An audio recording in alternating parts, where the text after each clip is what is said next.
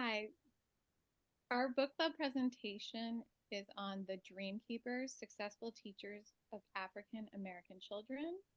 The three presenters today in our book club are Enrique Carvalho, Julie Lloyd, and Jensen Van Nostrand.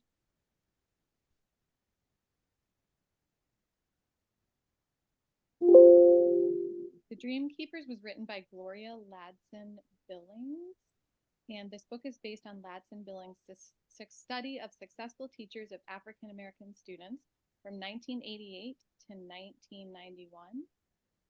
The study included 5 African American and 3 white teachers. The teachers included in this study were recommended by parents and principals as excellent teachers that celebrate the culture of African Americans. So the beginning of the book stated a lot of really interesting statistics that were staggering. The high school dropout rate in New York and California is about 35% in inner cities where a large number of African Americans live. It's about 50%. And the infant mortality rate for African American children is 2 times that of white babies. And African American children are 5 times as likely as white children to be on welfare. We felt it was important to include some statistics of the Rochester City School District to compare to the statistics that were given in this book. And likewise, the Rochester City School District performs much lower than New York State on average, as you can see in English language arts results for assessments. So grade 3, the Rochester City School District is in blue, and the rest of the state is in yellow. For grade 3, 4, 5, 6, 7, and 8, the results are much lower in Rochester than the rest of the state. Similarly, in the Rochester City School District high schools, the graduation rate is lower than that of the rest of the state. This time, the Rochester City School District is in yellow. You can proceed. Yeah, thank you. All right. So a theme of the book throughout the book was, does culture matter? Are integrated schools the answer? In 1954, Brown versus Board of Education, separate schools were found to be detrimental psychologically to African American children. Currently, people with the means to live outside of the city and or attend private schools and live in nice neighborhoods leave the urban public school environment. Large numbers of African American students attend de facto segregated schools in urban areas. So why are historically Black colleges, why do they have higher graduation rates among Black students than other institutions? Seeing color and seeing culture. In teacher preparation programs, there's little information included about teaching African American students and their culture. Race is often discussed, but the culture of African Americans is generally not considered. Cultural representation in schools is very important in textbooks, in the teachers they hire, and principals and other workers throughout the school. A good coach metaphor is coaching blends talents of players together to form a strong team. A good coach sees opportunity for success in everyone. The same can be said for teachers. A good teacher sees opportunity for success in all of their students and helps make learning relevant and engaging for all students. A good teacher encourages all students.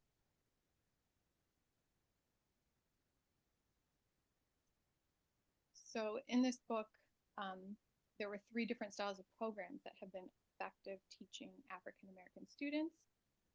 And the first one is teaching remediation and acceleration. The second is focusing on re-socializing African American students to mainstream behaviors, attitudes, values, and skills. Essentially, though, not celebrating the African American culture. And the third one is programs that facilitate student learning by building upon the students' social and cultural backgrounds. When schools support their culture as an integral part of the school experience, students can understand that academic excellence is not the sole province of white middle-class students. The Dreamkeepers book focuses on this third program style and teachers that represent this third style. And here's some quotes from 3 of the teachers who were studied from this book. Every weekday morning when I wake up, I know I'm on my way to work with the most important people in the world because you represent the future. How you turn out will have consequences for us all. What you decide to do with your lives can help make this community and the world a better place. This quote is from Pauline Dupre speaking to her 4th grade class. The next person, Julia Devereaux, also teaches 4th grade. You've got to get a good education because the community needs your brain power. And finally, Valentine, a 4th grade teacher, says, you just can't put a time limit on good teaching. You have to go with it and see where it comes out. That's why a good teacher's planning is only tentative.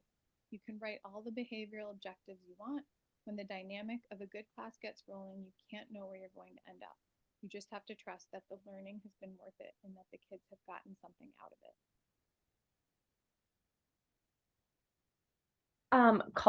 Culturally relevant teaching can be defined as a theoretical model that not only addresses students' achievement, but also helps students to accept and affirm their cultural identity while developing critical perspectives that challenge inequalities that schools and other institutions perpetuate. Here are 2 quotes that I found to be super interesting and super beneficial while I was going through the book.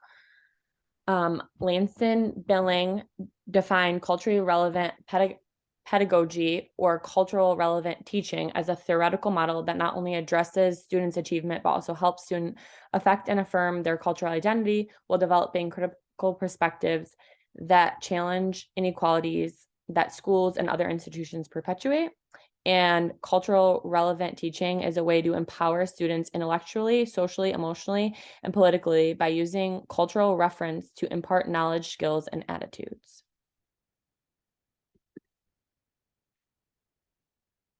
Some examples of what teachers do to create strong relationships are Saturday lunch, which is geared towards learning about different cultures and different cultural foods and the relevance of culture. The teachers take the time to get to know their students within the classroom, but also outside of it, as well as what makes students who they are, how they tick, and what they represent. Even if students cannot connect with students who most look like themselves, culturally relevant teachers take the time to develop commonalities with all students. Cultural relevant teaching helps students work collectively towards a common goal of academic and cultural excellence. Social structure and classroom culture determines students' willingness to work towards a common goal.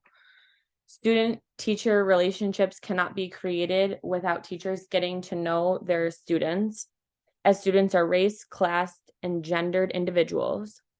Cultural relevant teachers believe that students are all racial, ethnic,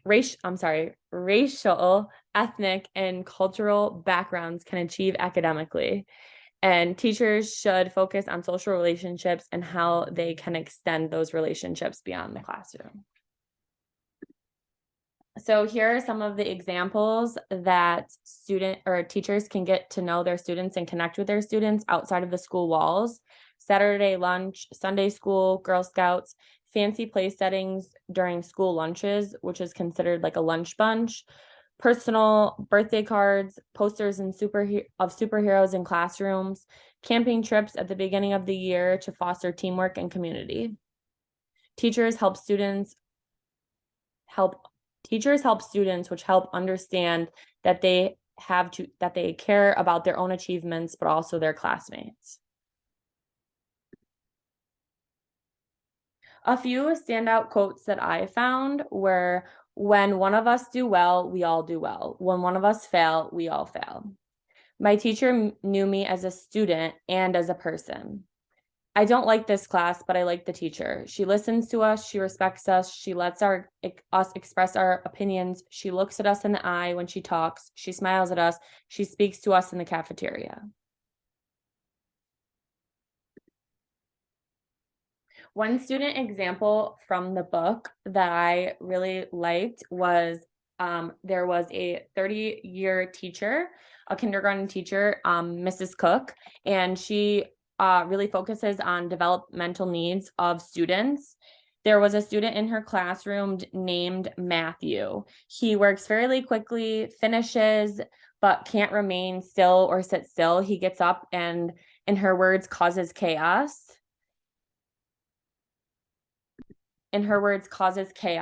And a cultural relevant teacher would realize that he's not just getting up to cause chaos, he's actually a successful learner, and he's an exceptional student that finishes ahead of all students. Instead of instructing him to stay still or color in his seat, he gets up. A cultural relevant teacher would have noticed that he was intellectually ahead and used him as a role model to help other students or be a resource for other students. But the teacher had given him a nickname of Bad Boy, and this reputation will follow him unless someone intervenes. The teacher needed to recognize his strengths instead of assuming that they are just weaknesses. This is a quotes or a diagram that I thought was like super helpful reading the Tree of Knowledge. This chapter focuses on the link between everyday lives in the classroom.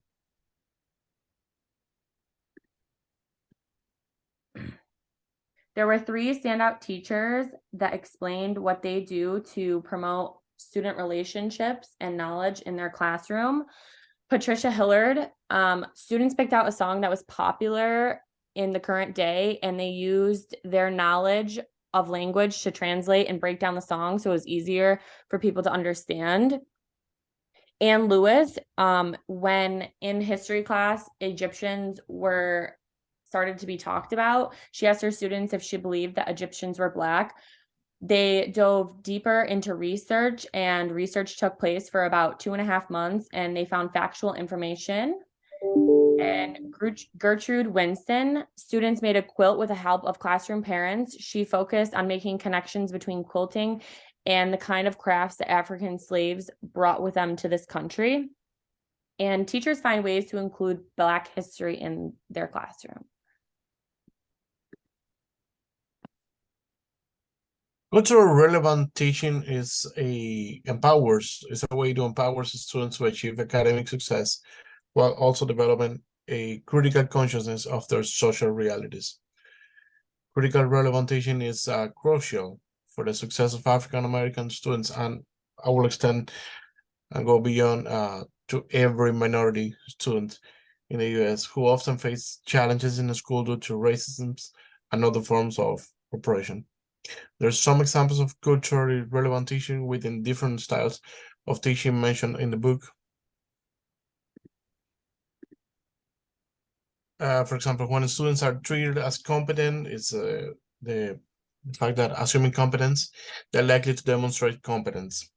When teachers provide instructional scaffolding, students can move from what they know to what they need to know in an independent way.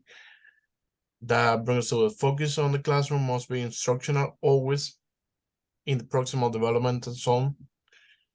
Real education is about extending students' thinking and abilities, giving them the tools to work by themselves. Effective teaching involves in-depth knowledge of both the students and the subject matter from the part of a teacher. Also, when to become a culturally relevant teacher is a demanding but rewarding profession.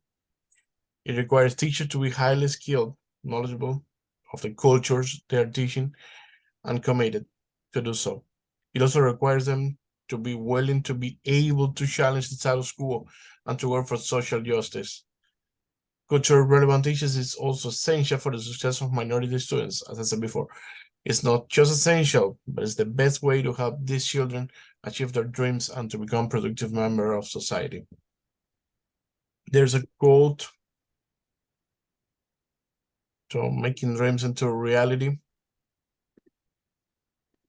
The vision for culturally relevant teachers would be provide educational self-determination, I mean, students must be provided with the tools to be self-reliant and self-independent. Honor and respect the student's home culture. Every culture is valued and cherished in the classroom. And help diverse students understand the world as it is, but equipment to change it for the better.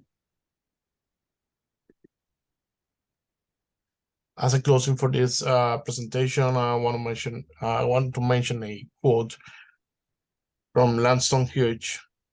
The poem is "The Dreamkeeper." Bring me all your dreams. You dreamer, bring me all your heart melodies, that I might wrap them in a cloth, away from the too rough fingers of the world. As a closing for our presentation. As a references,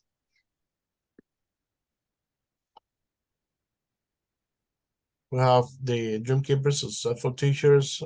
We checked the New York State Education Department, and Cultural Sustaining Pedagogy and Needed Change in Stance, Terminology, and Practice from Paris D.